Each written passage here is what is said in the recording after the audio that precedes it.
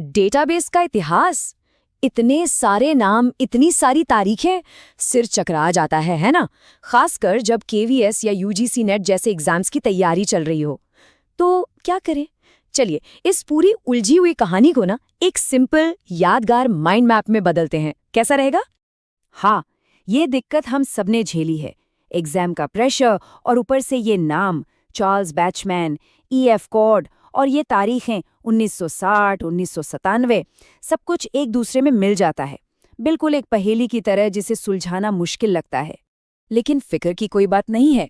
आज हम इन फैक्ट्स को रटने वाले नहीं हैं।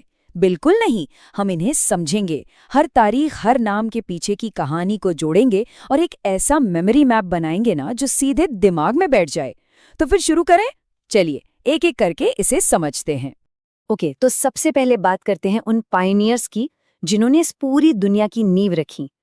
अच्छा, आगे बढ़ने से पहले एक छोटी सी बहुत बेसिक सी बात क्लियर कर लेते हैं। डेटाबेस क्या है? Organised data. और जो सॉफ्टवेयर इसे मैनेज करता है वो है डीबीएमएस, यानी डेटाबेस मैनेजमेंट सिस्टम। सिंपल। तो हमारी टाइमलाइन पर पहला स्टॉप है साल 1960। यहीं से, जी हाँ, यहीं से सब कुछ शुरू हुआ। इस साल एक नाम सामने आया, चार्ल्स बैचमैन। इन्होंने इतिहास बना दिया, दुनिया का पहला डेटाबेस सिस्टम डिजाइन करके। अब इसे याद कैसे रखें? एक छोटी सी ट्रिक है। बैचमैन सुनाई को बैकबोन। तो बस ये डेटाबेस की दुनिया के बैकबोन थे, सबसे पहली और सबसे जरूरी नींव। बैचमैन द बैकबोन, याद रहेगा। चलिए अब टाइम मशीन में 10 साल आगे चलते हैं। हम आ गए हैं 1970s में। यहाँ एक नया कॉन्सेप्ट आया। इस बार हीरो थे ईएफ कॉर्ड। उन्होंने आईबीएम के आईएमएस के साथ हायरार्किकल मॉडल पेश किया। अब ये हायरार्किकल मॉडल क्या भला है? इसे ऐसे समझिए जैसे एक फैमिली ट्री होता है ना, सबसे ऊपर दादा दादी, फिर उनके बच्चे, फिर उनके बच्चे। बस डेटा को भी ऐसे ही एक पेड़ जैसी एक सख्त हायरार्की में ऑर्गेनाइज किया जाता था। अब इसके ठीक 6 साल बाद यानी 1976 में एक और बहुत बड़ा ब्रेक थ्रू हुआ। इसने ना डेटाबेस डिजाइनिंग का पूरा तरीका ही बदल दिया। इस साल पीटर चेन ने दिया एंटिटी रिलेशनशिप मॉडल, जिसे हम ईआर मॉडल भी कहते हैं। ये सिर्फ एक मॉडल नहीं था, ये डेटाबेस बनाने का नक्शा था, एक ब्लूप्रिंट।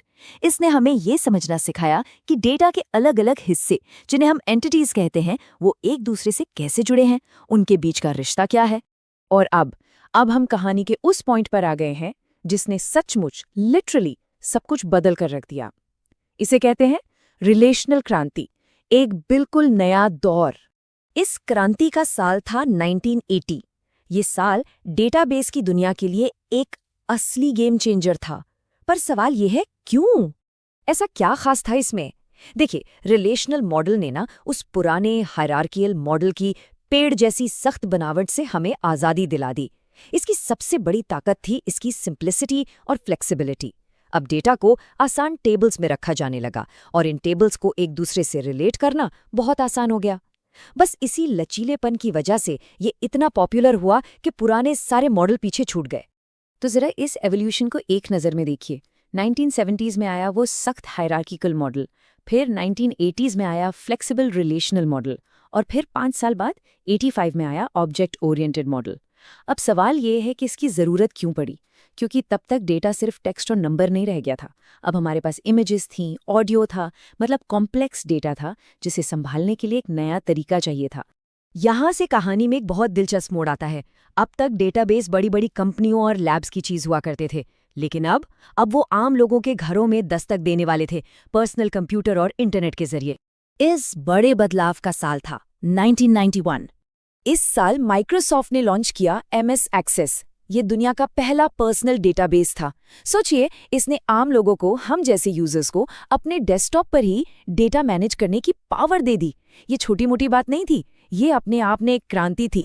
फिर 4 साल बाद 1995 में एक और माइलस्टोन सेट हुआ। ये वो दौर था जब इंटरनेट की दुनिया बस तेजी से फैल रही थी।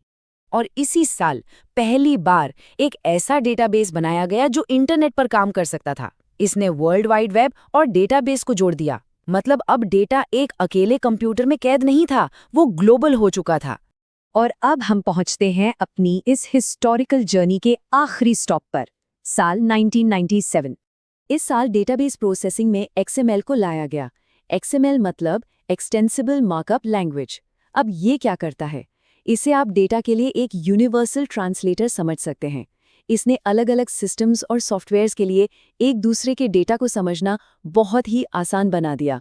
तो अभी तक हमने जो कुछ भी समझा है उसे एक साथ जोड़कर अपना फाइनल मेमोरी मैप तैयार करते हैं। एक क्विक रिकैप होगा पूरी कहानी को एक बार में समझने के लिए। चलो एक रैपिड फायर राउंड हो जाए। 1960 बाचमैन द बैकबोन, 1970 कॉर्ड और उनका पेड़ वाला हायरार्कियल मॉडल, 1976 चेन डेटाबेस का ब्लूप्रिंट यानी ER मॉडल, 1980 रिलेशनल क्रांति मतलब flexibility, 85 object oriented complex data के लिए, 91 MS एक्सेस डेटाबेस घर घर में, 95 इंटरनेट डेटाबेस और 1997 XML हमारा यूनिवर्सल ट्रांसलेटर। देखा, अब ये सिर्फ तारीखें और नाम नहीं है, ये एक पूरी कहानी है। तो हमने पास तो देख लिया, पर फ्यूचर का क्या? आजकल NoSQL और ग्राफ डेटाबेस का ज़माना है। तो सोचने वाली बात यह है कि डेटा की दुनिया में अगला बड़ा रेवोल्यूशनरी मॉडल क्या होगा? ऐसा क्या आएगा जो आज की टेक्नोलॉजी को भी पुराना बना देगा? ये एक ऐसा सवाल है जिस पर सोचना तो बनता है।